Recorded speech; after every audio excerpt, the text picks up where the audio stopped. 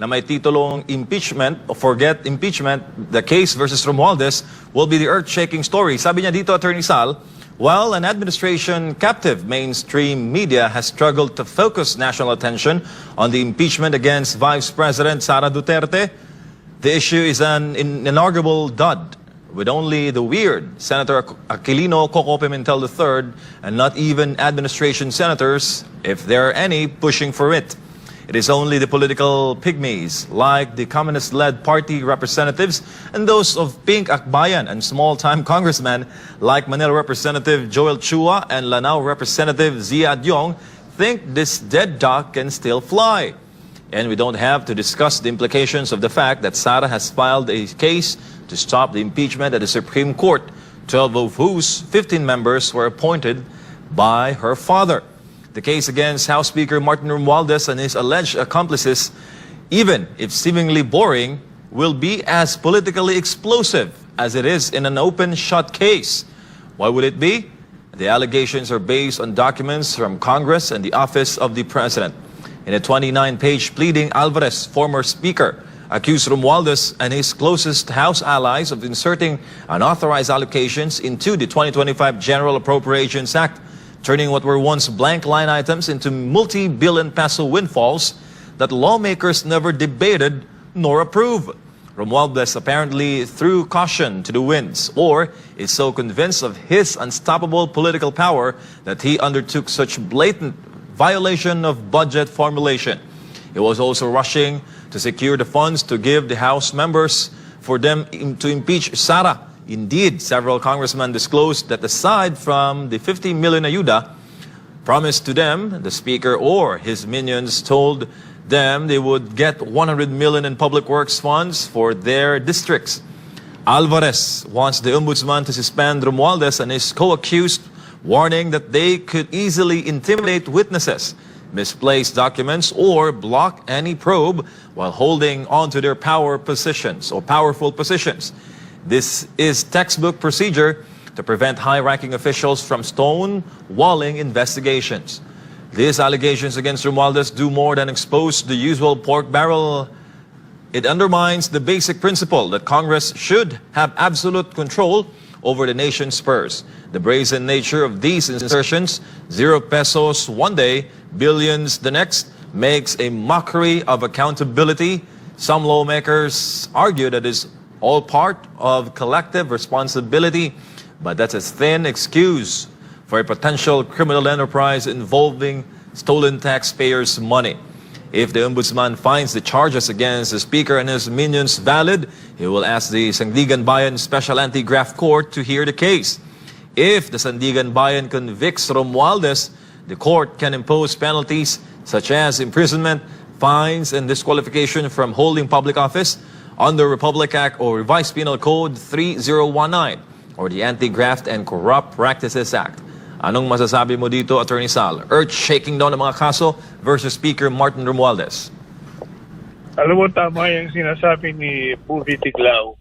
Yang demanda laban sa kanila kaugnay doon sa blankong committee ng bicameral committee report na siyang naging batayan ng enrolled bill na pinirmahan ng Presidente Marcos Jr. ay mabigat na kaso yan sapagkat falsification of documents yun. Pangalawa, hindi pa nila sinunod ang proseso ng saligang batas kung saan kailangan ng dalawang sangay ang magdidesisyon, ang uusisa sa anumang batas na pinapasa. Pero ang nangyari ay yung 2, 3, 4 na tao lamang ang naging promotor at nag-approve ng General Appropriations Bill. At yan, napakalaki na kailangang mapigilan. At kailangan managot ang mga dapat managot yan. Kaya yung, alam mo yung sinasabi niyang demanda, talagang yun ay magiging malaking dagok trahedya sa parte ni Speaker Martin Romualdez. Pagkat Sabi niya nga open and shut case. Tama naman, ano mo, pag sinabi mong open and shut case, talagang sigurado na makukonvict ka dyan. Sapagkat nandun ang ebidensya, dokumentado, nakikita na talagang nagkaroon ng pagbabago ng mga bilang ng dokumento o ng pera para sa mga departamento. Delikado talaga. At tama rin yung sinasabi niya na itong yung Ombudsman Martires, hindi ito na mabibili. Alam mo, record nito matindi. Talagang hindi mo mapapakiusapan yan. Hindi mo matatakot yan. Talagang pag nag-desisyon yan, batay sa kalakaran at sa batas. Ang problema lang, siya magre-retiro na eh. Kaya sinasabi ni Bubi Tiglao, 3 months to go pa yan. Kaya kailangan madali niya. Otherwise, baka mag-appoint ng bagong ombudsman. May problema tayo. Pag in-appoint ng ombudsman na kakampi ng administrasyon, madidismiss na ang kaso. Thank you, Attorney Sal. Samantala, isunod natin yung iyong magandang column sa Manila Times, yung ating pong counterpoint. Basahin ko lang, Attorney Sal, yung ilan sa mga bahagi po o buo na inyo pong bagong column. The planned orchestrated demolition job on the political father-daughter tandem is in earnest and relentless. To attain their goal of perpetuating themselves in power, the political enemies of the Dutertes must destroy the only stumbling block to their lustful obsession. It is, of course, the former president and his daughter, the incumbent vice president, who formed the powerful blockade that will frustrate the political scoundrels from obtaining their objective, hence the initiation of the congressional probe on the confidential funds of VP Sara, the filing of criminal charges, and the constant barrage of disparaging narratives against her. She, by general acceptance, as validated by credible surveys and a vast following of netizens on social media, and a joyous and warm reception accorded her by the masses wherever she goes, is undoubtedly the leading presidential candidate in 2028. That is why there is... Ito mo dyan, kasi kailangan paragraph for paragraph. Yung sinasabi natin dyan, na itong si Inday Sara, kung mapapansin mo, dahil ikaw nag-cover ka ng mga Yes, sir. rallies. Yes, sir. Si Inday Sara, kakaiba, pag ito'y nakikita, talagang pareho ng kanyang tatay, sinasalubong ng tao at naghihiyawan sila. Kakaiba dun sa sa mga pangkasalukuyang opisyalis ng gobyerno. Makikita mo, hindi. Walang ganon. Kaya kitang-kita na itong si Inday Sara talagang napakalakas na kandidato sa 2028. Katunayan, kung tumakbong presidente, hindi sana siya ang Correct. presidente ngayon. Tama. Kaya sinasabi natin sa column natin na dahil dito, kailangan siraan mo ito. Pag hindi mo ito siraan, dire-diretso ito Kaya kailangan gagawa sila lahat. Ayan, inumpisa nila yung congressional probe, kung saan pinahiya siya doon, pinapakita na siya hindi karapat-dapat na maging vice presidente, kaya pinatatanggal nila. At kung magtagumpay sila, isa po sa mga kaparusahan, hindi ka na po pwedeng tumakbo. Perpetual disqualification ang tawag doon. So, ano pang ginawa nila?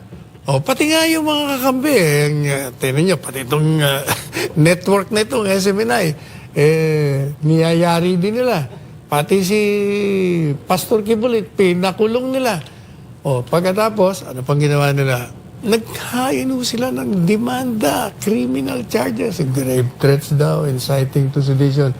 Lahat ng mga kabalbalan na talagang ang layunin lamang ay siraan at kung maaari ay hindi na makatakbo yan sa 2028. Yan ang talagang layunin yan. Pero kahit anong gawin nila sa ngayon, pag nakikita nila si Inday Sara at si Presidente Duterte, si Digong, at umaaten ng mga gathering, makikita nyo talagang ang tao.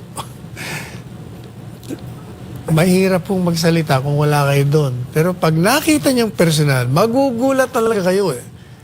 Kung baga, overwhelming pa rin, hindi nababago ang pagmamahal ng taong bayan. Ano yung susunod na paragraph? Babasahin mo yung title para... And subtitle dito, Attorney Sal, Singing a Different Tune. Yan, Sabi magandang pag-usapan niya. Yeah. Twisted and shameless words from a man who was appointed Chief Justice of the Supreme Court and to the juicy position of Chairman of the Government Security Insurance System, GSIS, by the elder Duterte, whom he now depicts as a tyrant and transgression of the people's rights. Yet he willingly accepted the appointments and served under what he describes as an oppressive and tyrannical rule. Even then praising President Duterte for his strict and equal enforcement of laws to all, high or low. Bersamin says the former president is a one-man fake news factory without pointing to any false information then that the latter has dished out. Nung magsalita si Presidente Duterte dun sa indignation rally, na ang tingin niya raw, kung titingnan mo kasi ang kalakaran sa ating bansa ngayon, parang tayo'y papunta. Yan ang sinasabi niya, veering towards dictatorship. Papunta tayo sa diktadorya. Dahil sa mga kalakarang nakikita niya. At yan ilalatag natin mamaya. But ang executive secretary, takbo kagad siya. Nagkakandara pa siya sa pagtatanggol sa kanyang principal na si Presidente Marcos Jr. At ang sabi niya, itong si Digong, si Presidente Duterte daw, ay isang one-man fake news factory. Pero, kung napansin nyo, wala naman ho siyang isinabi na ano bang mga fake news na inilabas ni Presidente Duterte. Wala naman siyang sinasabi. At wala naman sinasabi yung executive secretary, ano bang mga fake news na sinabi niya. Dapat kasi, pag sinabi mo one fake news factory ang isang tao, kailangan sasabihin mo, ito, sinabi niya ito nung ganitong petsa, ganitong panahon. Pangalawa, ito sinabi niya, fake news dito. Pangatlo, fake news dito. Pangapat, wala hong ganon. Generalities lamang eh. Ngayon, sino ho ba itong executive secretary nagsasalitang ganito? Aba, alam niyo ba, maraming hindi nakakaalam. Ito ay inappoint ni Presidente Duterte na Chief Justice of the Supreme Court.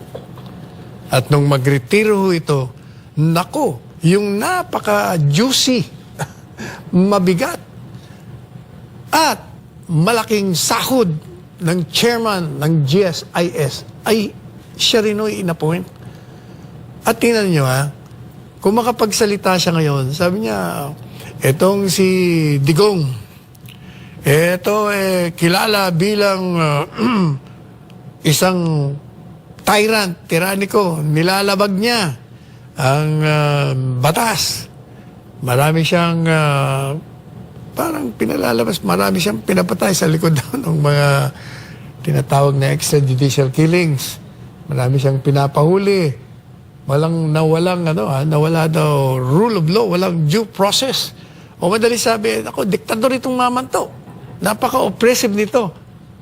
O tingnan nyo nanggagaling ito sa isang mama, isang inappoint na Chief Justice, na kinabang, meron chairman, at napupuri niya si Presidente Duterte bilang isang striktong nagpapatupad ng batas. At ang tanong po natin, kung totoo yung sinasabi mo, yes, Executive Secretary, kung totoo yung sinasabi mo na ito'y oppressive, sumisira ng mga karapatan, bakit mo tinanggap?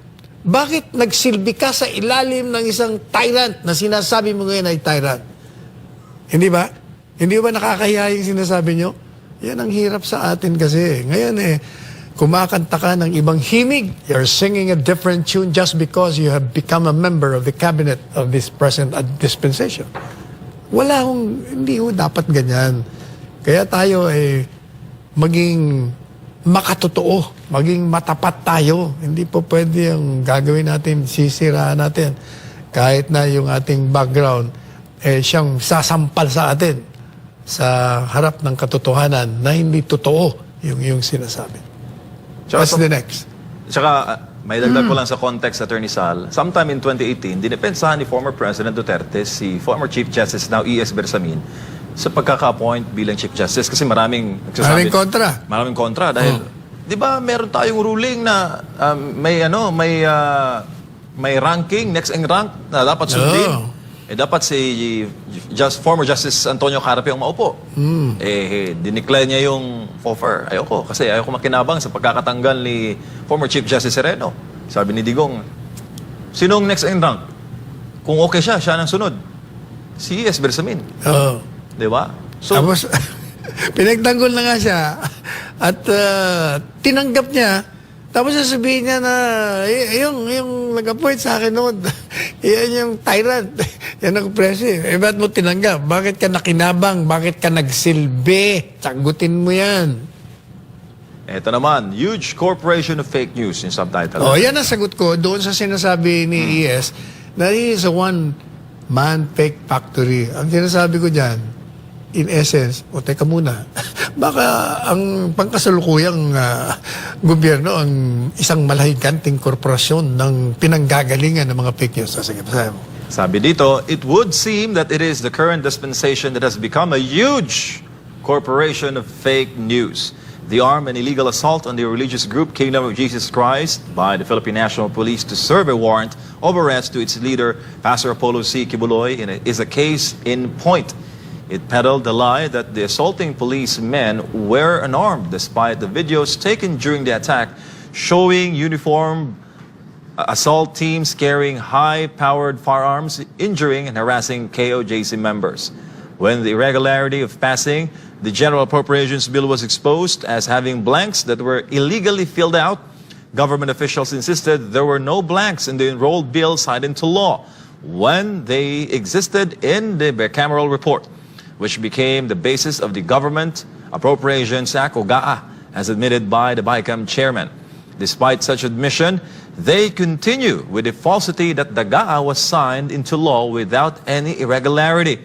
The administration has painted a rosy picture of the economy, trumpeting that it is better off today than the previous years, despite the continuing high prices of basic commodities that have pummeled the masses who continue to suffer from poverty, unemployment, lack of education, inadequate health benefits, and absence of new infrastructure to propel this country to heights of development. It bombards us with a false information that criminality and illegal drug trafficking have been contained when the opposite is true. It wants the nation to believe the propaganda that the presence of American military bases is good for our defense, when it precisely endangers the security of our country. The U.S. enemy, the People's Republic of China, considers it as an imminent threat to its security, placing the U.S. in the line of fire if armed hostilities between the two giant countries erupt. Yun ang sinasabi natin. Sasabihin mo ng si Digong ay one-man fake news factory na wala ka namang sinasabi kung ano mga fake news na sinabi niya.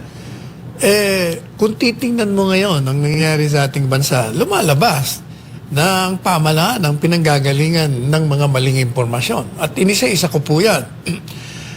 Unlike yung ginagawa ng Executive Secretary, puro generalities, wala naman siyang binabanggit. Tayo, iniisa-isa natin kung bakit na ang pangkasalukuyang pamahalaan ang maaaring sabihin na pinanggagalingan ng mga maling impormasyon.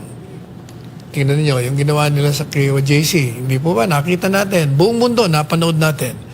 Kung paano sinalakay ng mga armadong pulis, special SWAT teams, armado high-powered sinalakay. In fact, may namatay pa nga at maraming nasaktan.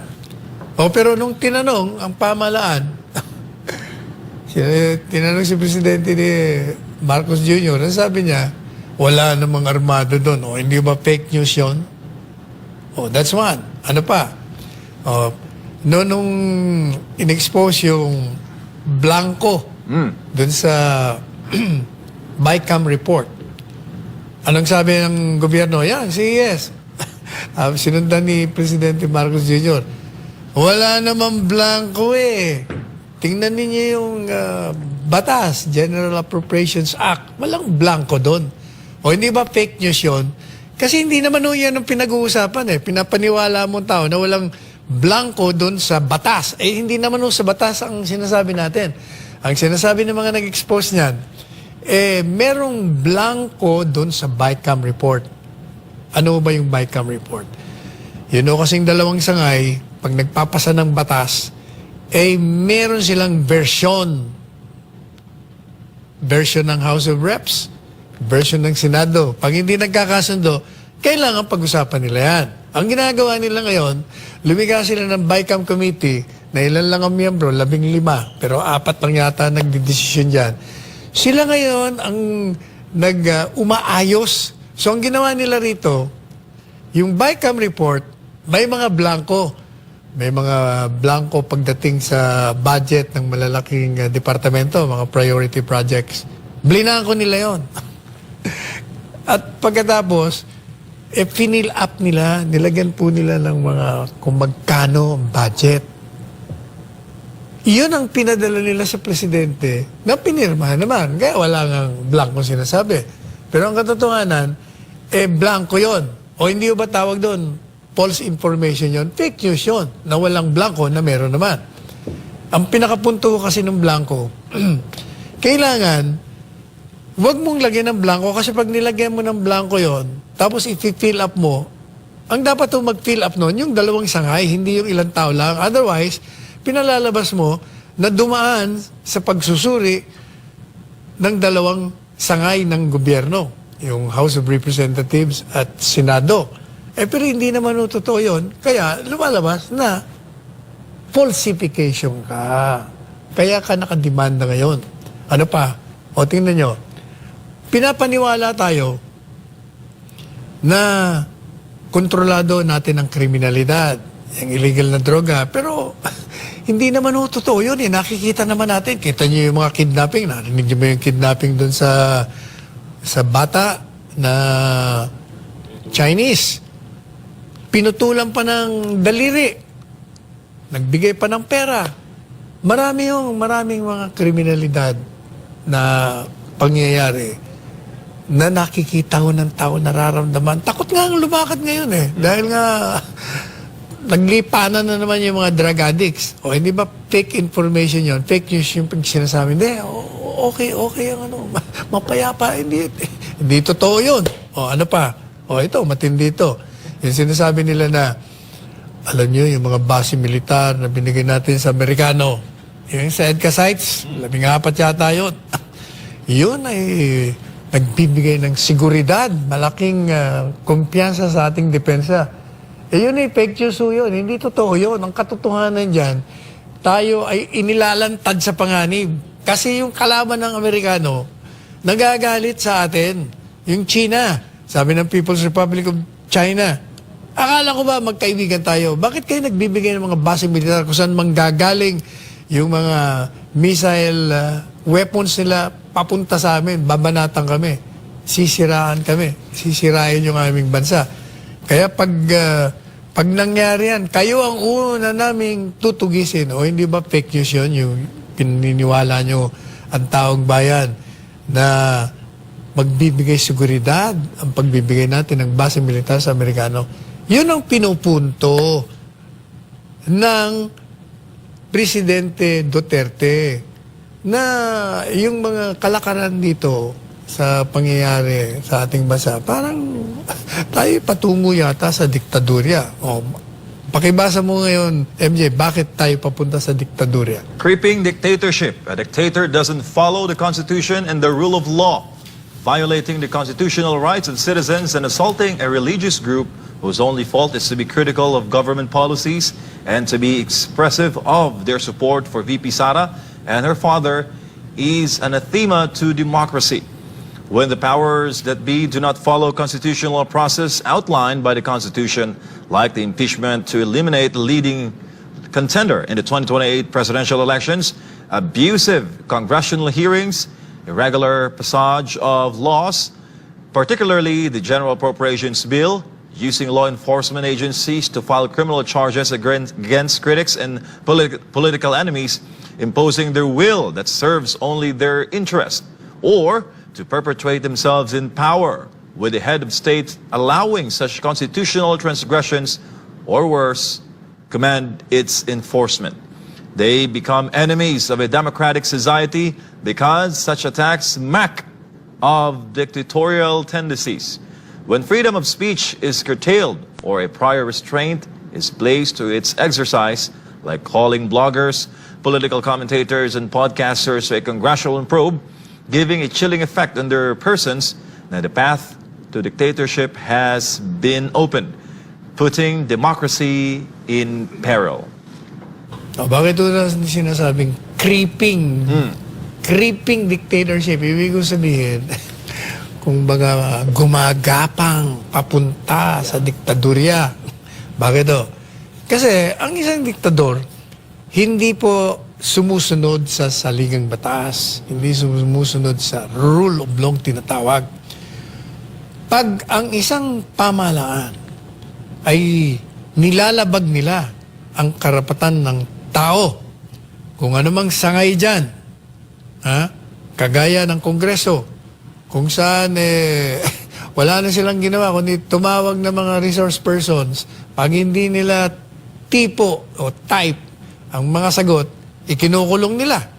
Hinihiya nila, kinukulong nila, at sinasabi nilang guilty na kagad, kahit wala pang ginagawang paglilitis. Ano pa? Hindi po ba?